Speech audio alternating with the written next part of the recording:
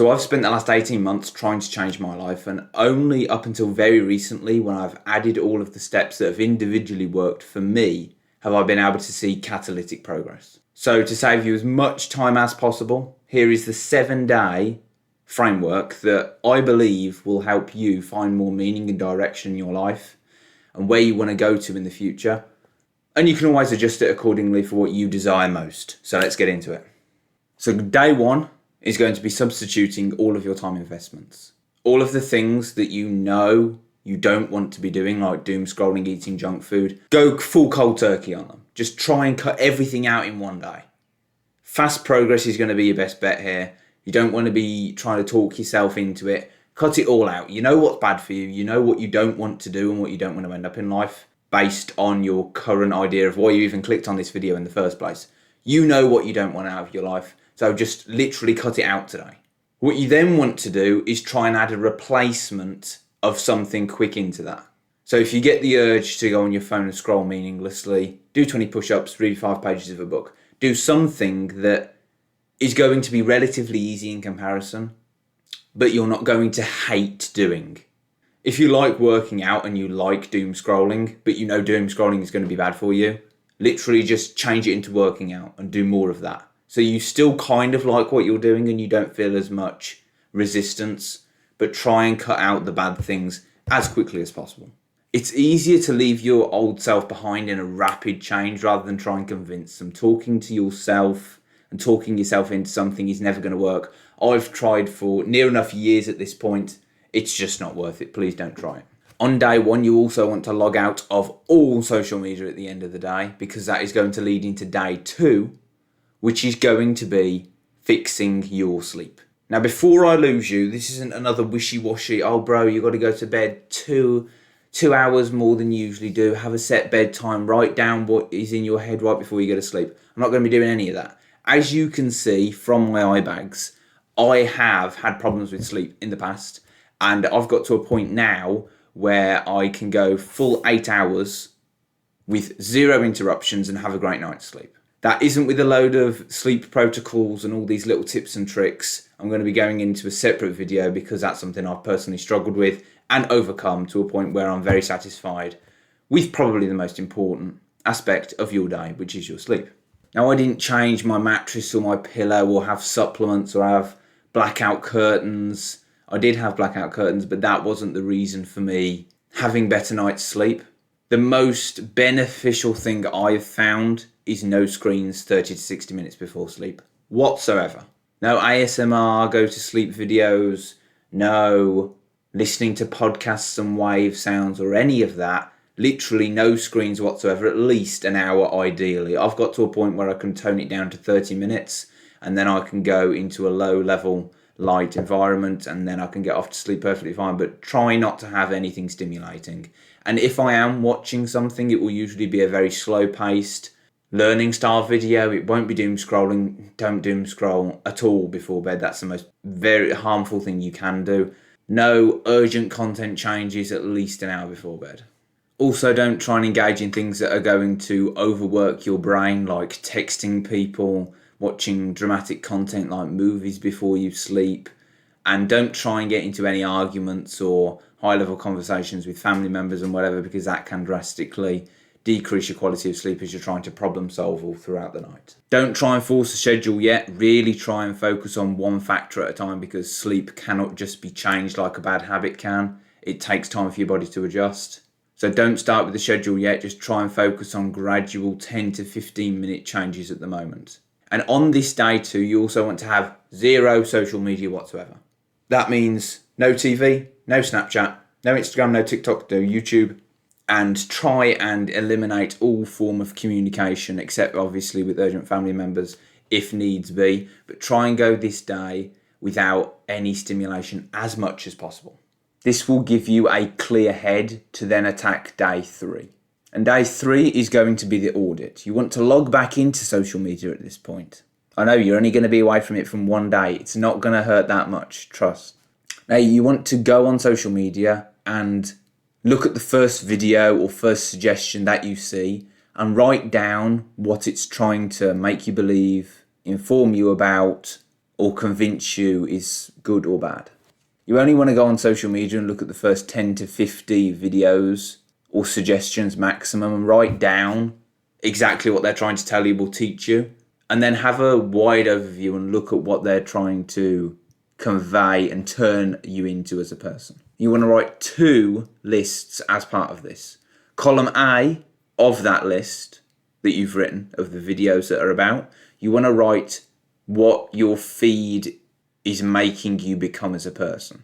So if you're watching lots of comedy videos and comedy skits, are they going to make you into somebody that enjoys a lot of jokes and is a very jovial person? If you're watching a lot of, scary TikToks, I don't know, bro, I don't watch TikTok. Scary kind of content, is that going to make you either more fearful, or is that going to make you want to explore more about the paranormal, something like that? Then you want to write down in column 2 the inverse of that. So what would be the inverse of watching this kind of content, and which one are you more likely to want to pursue in the future? You don't need to find your passion at the moment. Try and just eliminate everything you'd resent becoming. Even if some of your favourite social media creators have what you want, you need to be really, really harsh with this and think, is their content actually helping me improve? Even if some of your favourite social media creators are useful to you and helping you learn things, why haven't you made progress to pursue what they're telling you is good, or what you believe is good from their perception? And you could have taken action like I've taken action now, but why haven't you taken as much sooner? I only started making YouTube videos in March of 2026. It is now the 19th of June as recording this. I've hardly recorded any YouTube videos because I didn't want them to be low level. I wanted them to be informative about the life lessons that I've had personally. So I haven't done as many videos. I'm trying to make them more worthwhile for the viewers watching. But even deep down in my core, I know I could have done more action into providing more just by sitting down for more time and thinking, how can I give the most value to my YouTube channel? Rather than posting what I now consider some of my previous videos as meaningless vlogs and just ideas that I've come up with. So getting back on topic, write down one monthly decision that you're going to make this month. Not a 5-year plan, just a sentence of what you want to change this month based on what you think the algorithms are going to make you become as a person, and see if you want to change that entirely or keep with that and find a more niche version of it to really help you accelerate down that path of what you're currently on. Now, day 4, you're going to retrain the feed. So when you go on social media, because you've logged back in now, you want to be very, very, very intentional with how you're retraining this. The most beneficial way to do this is search what you're looking for. Stop letting the algorithm and the For You pages decide what you want. Search for what you're trying to look for, and that will naturally train the algorithm more. What I found very beneficial is hit not interested and don't recommend channel, especially on YouTube, for anything that you don't want. I've got to a point now where I will scroll my home feed and I will reach a bottom because it's literally got nothing more to recommend me, because I've hit not interested and don't recommend channel on so many different things that they're just trying to feed me like highlights from 3 years ago. They're even recommending me videos that I know I watched 3 years ago, and they're recommending me them again to watch, which is quite crazy to think about, that I haven't actually got that much to watch, which is good, because that should lead me to taking more action in the things that I am watching.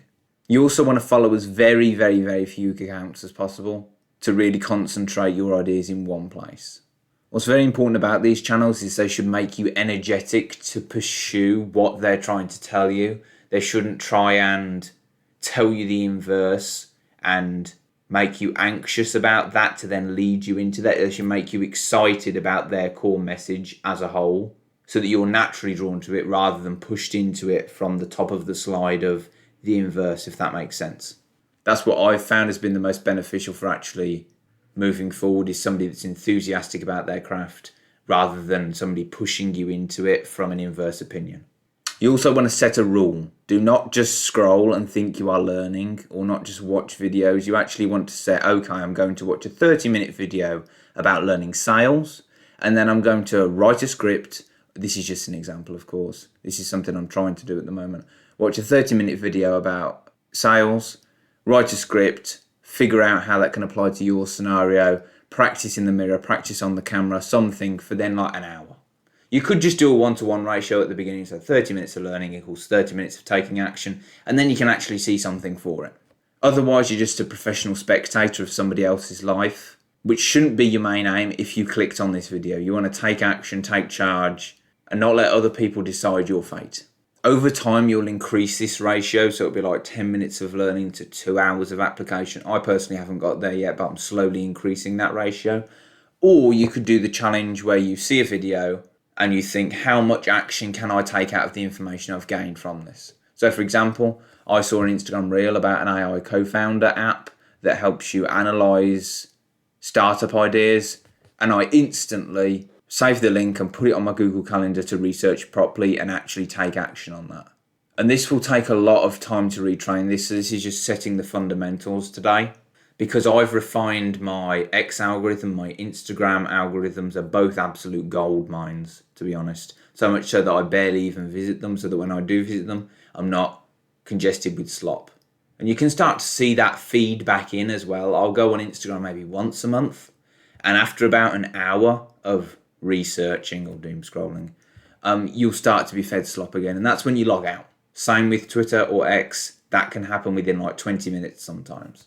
So try your best not to get overwhelmed by the slop that they'll start feeding you, and really lower down your screen time and switch apps when they're starting to feed you slop again, and do the same procedures of hitting not recommend and don't recommend channel as well.